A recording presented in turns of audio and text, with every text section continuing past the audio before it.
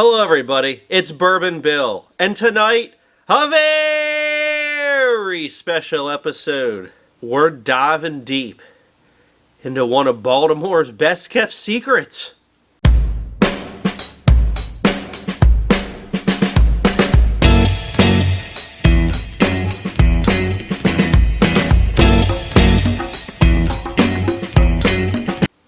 That's right, it's Sagamore Spirits. And what's arguably the best of their lineup tonight, the Double Oak, is what we'll be taking a look at. So as usual on this channel, let's take a look at the bottle. Just a gorgeous bottle. I mean, there's some bourbons and ryes that kill it on the bottle game, and this is one of them. Look at this awesome trapezoid type shape here. They've got, looks like some Kentucky Derby horse colors here on the neck. Got the 3 diamonds everywhere. They have the words Sagamore embossed into each side of the bottle. Man, the top of the cork has their 3 diamonds on it. We take the cork out. It's even stamped on the cork, and it says 1909. I'm assuming that's perhaps when the distillery was founded. Let's see if it says anywhere on here. It does. It does reference when their limestone spring house was built in 1909. And 1909 even shows up on the bottle here in the glass as well. So 1909 is very important to Sagamore Spirits. Funny enough, I've never been to this distillery. It's only about an hour and a half from where I live. Much closer than any of the distilleries in Kentucky. And as you may know, I'm not the biggest rye guy. I'm more of a bourbon lover, but I do like some really good ryes. Knob Creek cast strength rye, as well as some Old Forester barrel strength rye. Do love those ryes. So I'm not against ryes, just not the biggest rye fan. But my buddy said you gotta try the Sagamore Spirit Double Oak. Gotta buy it, gotta try it. You know who you are if you're watching this. So I got it. Now, quick tip to all my Pennsylvania viewers. You might say, well, Pennsylvania does sell Sagamore Spirit, but I've never seen Double Oak on the shelves. That's right. Pennsylvania liquor stores sell other Sagamore Spirits, but not the Double Oak on the shelf. But you can special order it from the website for the delivered low price of 53 doll hairs. That's right, I believe the MSRP on this bottle is like 55 to 60 is what you would most typically see it. I've even seen it marked up higher, but here in PA, through the old special order system, through the state stores, you can snag a bottle of this for 53 doll hairs. So value's pretty decent, Now, obviously, we're talking about Double Oak, which means double oaked, 2 barrels, right? But, there'll be some fine print, I think, on the back that will explain it even more. So, this is Sagamore Spirit, the word spring-fed, hand-bottled. I guess the machines do not bottle this. It is just, they take out an old ladle and they must just pour it in the top. It says hand-bottled. Proof on this is 96.6 proof, compute 48.3% alcohol by volume. So, just shy of 100. Just shy of 100. I doubt anybody's going to care, but in case you do, this is batch 6, Alpha Bravo, bottle number 2408, and it says by LT. I don't know, Lieutenant Dan must have bottled this. On the back here, it says, after aging our straight rye whiskey for 4 to 5 years in high char new American oak barrels. So there we go. This is 4 to 5 year old rye aged in heavy char barrels. Step number 1. We then transfer the aged whiskey into a toasted wave stave barrel for an additional 18 months. So at the very least, this is a 5.5-year-old to 6.5-year-old whiskey total aging on this double barrel here. Pretty good for rye, considering what Willet, green top is 4 years, and everyone seems to enjoy that for rye. The increased surface area of our low char, medium plus toast staves imparts Double Oak's delightful caramel, toffee, hazelnut, and toasted coconut. Well, we'll see if we get any of those on there. Our classic Maryland-style rye whiskey is reimagined through this innovative aging process and then proof with limestone filtered water from our spring house built in, you guessed it, 1909. The final spirit is a shining example of old meeting new. So they talk about it being a Baltimore-style rye. It must be distilled in Baltimore, right? Wait a second. Distilled in Indiana? That's right. This is MGP. Most likely 95.5, but they have other ones. But this is MGP rye, aged 4 to 5 years in the dangerous city streets of Baltimore. And then they transfer it to a toasted barrel. So there you go. That's the gist of this delicious stuff. And I cracked this about a week ago or so it's got some air in it. So we're going to give you a few tasting notes. Alright, look how dark this is. I mean, this is a dark whiskey here in the glass. We'll give it a little swirl to get the aeration going on this. Not particularly thick in the glass, but 96.6 proof. We're not necessarily expecting that here. Alright, let's fire up the old nostrils. Oh, sweet heavens, that smells delicious. I get like a ton of red fruits. I know they did not mention that in the tasting notes, but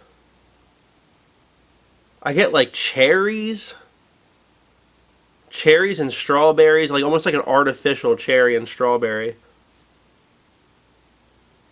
I can see the hazelnut. I'll take it. It's kind of like a it's kind of like a Nutella, faint whiff of Nutella. And then you do get, it is unmistakably a rye. You do get the rye spice smell, that comes with a rye. It has like a hint of Midwinter Nights Dram. I know Midwinter Nights Dram is like a port finished rye, but it has like a faint hint of that. I wouldn't say it's identical for sure, but it has that, that rye spice mixed with like the red fruits that was from the port in Midwinter Nights Dram. You do get that here actually. But you do get like a chocolate hazelnut note. I wouldn't say, I don't get any coconut. I don't get it, at least on the nose. I get maybe some marshmallow and caramel. This is a great nose.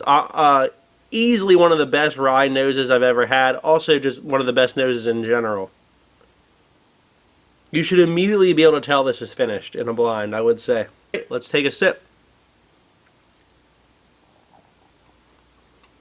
Wow. That is delicious. Easily drinks about 100 proof. I think it drinks hotter than 96. Similar flavors is what you're getting on the palate. You're getting that burst of fruit. Rye spice comes in kind of on the mid to end of the palate. And then you just get like that hazelnut chocolate note in there. Caramel. It is delicious. Not as sweet on the palate as I imagined. You do get, well, we didn't say it, but you do get a lot of oak. I mean, go figure. It is a double oak product. There is a prevailing oak to this. Oh man, just smelling it again, we're getting just wow. I mean, this is great. If you've been sleeping on this like I had for a while, do not. I mean, this is a bourbon man's rye. If you love a good, rich flavored bourbon, and you're like, what should I want to get into ryes. Pick one of these up. This is easily one of the best ryes I've had. It's definitely a buy for me. If you can find this in the $60 range and under, 100% a buy. I go up to probably $70, $75 for a bottle of this. I think it's that good. Really enjoy it. Really do. Now, this wouldn't be Bourbon Bill if we didn't have a little special surprise at the end. So I did keep saying, I thought it was very similar to Midwinter Nights Dram. Haven't had that since, Christmas time last year. But, had a little sample bottle left of it. And my wife was kind enough to pour these blind for me. So, the old Christmas colors here. Gold, red, and green. The old red and green. Which is which, we do not know. Alright, so, let's give a sniff of the red glass here. Well, having just had the Sagamore, Well, what? These are closer than you would think. Wow. Okay, so I'm getting a little bit more berry on this red glass. So let me take a sip of this one. Well, that's delicious. This is not the Sagamore Double Oak. This must be the the Midwinter Dram. It's berry, and it's kind of like a red berry or raspberry or strawberry all the way through.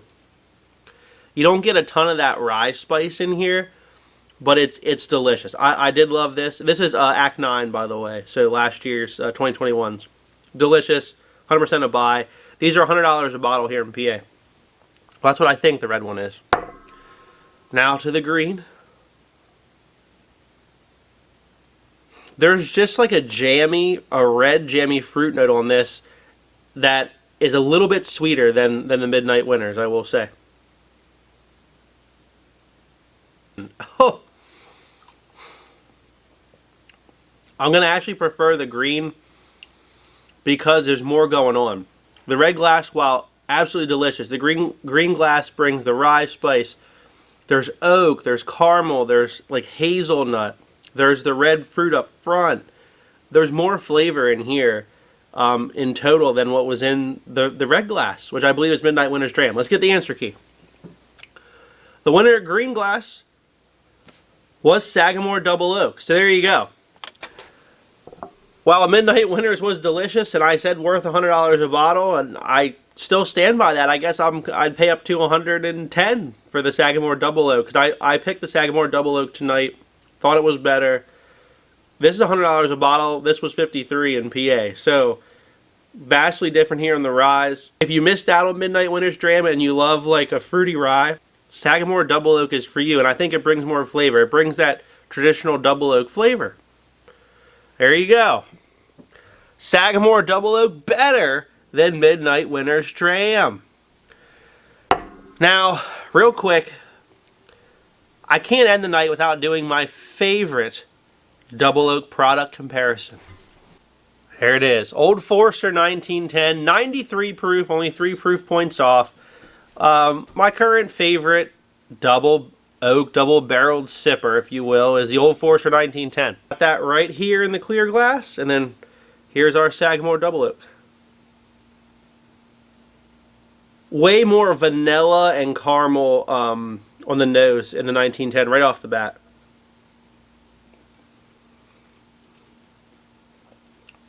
This is sweeter. It's just like marshmallow, caramel, oak, and like charred graham crackers. Delicious. Love the 1910.